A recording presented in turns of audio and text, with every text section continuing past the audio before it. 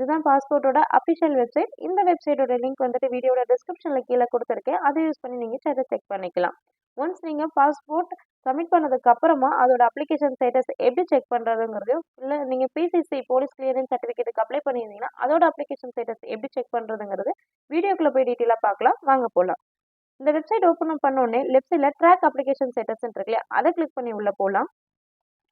Select application டைப்பில் உங்களோட application டைப்பை வந்து செலக்ட் பண்ணிக்கோங்க. பாஸ்போர்ட்டுக்கு அப்ளை பண்ணியிருந்தாவோ, இல்லை பிசிசிங்கிறது போலீஸ் கிளியரன்ஸ் சர்டிஃபிகேட்டுக்கு அப்ளை பண்ணியிருந்தாலோ எந்த அப்ளிகேஷன் டைப்போ அதை செலக்ட் பண்ணிக்கோங்க. நெக்ஸ்ட் உங்களோட ஃபைல் நம்பர். ஒன்ஸ் நீங்கள் பாஸ்போர்ட் ஆஃபீஸில் உங்கள் பாஸ்போர்ட்டுக்கான எல்லா வெரிஃபிகேஷனும் சக்ஸஸ்ஃபுல்லாக முடிஞ்சது அப்படின்னா உங்கள் மெயில் ஐடிக்கு இந்த ஃபைல் நம்பர் வந்து சென்ட் பண்ணியிருப்பாங்க. ஸோ உங்கள் மெயில் செக் பண்ணிங்கன்னா தெரியும். வாங்க போய் செக் பண்ணலாம்.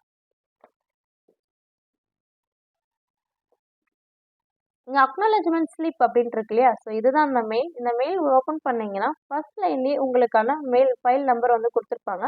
ஸோ இந்த ஃபைல் நம்பர் தான் நம்ம அங்கே கொடுக்கணும். இல்லை உங்களுக்கு டீட்டெயில்ஸ்லாம் வேணும் அப்படின்னா கீழே இருக்க பிடிஎஃபை ரெஃபர் பண்ணிக்கோங்க. இந்த ஃபைல் நம்பரை இங்கே கொடுக்கணும். நெக்ஸ்ட் உங்களோட டேட் ஆஃப் பர்த். உங்கள் பாஸ்போர்ட்டில் என்ன டேட் ஆஃப் பர்த் கொடுத்தீங்களோ அதே டேட் ஆஃப் பர்த் இங்கே கொடுத்துக்கோங்க. கொடுத்துட்டு கீழே ட்ராக் ஸ்டேட்டஸ் இருக்கு இல்லையா, அதை கிளிக் பண்ணி உள்ளே போகலாம். இங்கே உங்களோட file number, date of birth, உங்களோட நேமு, நீங்கள் என்ன டேட்டுக்கு அப்ளிகேஷன் வந்து சப்மிட் பண்ணீங்க அப்படிங்கிற டேட்டும் இருக்கும்.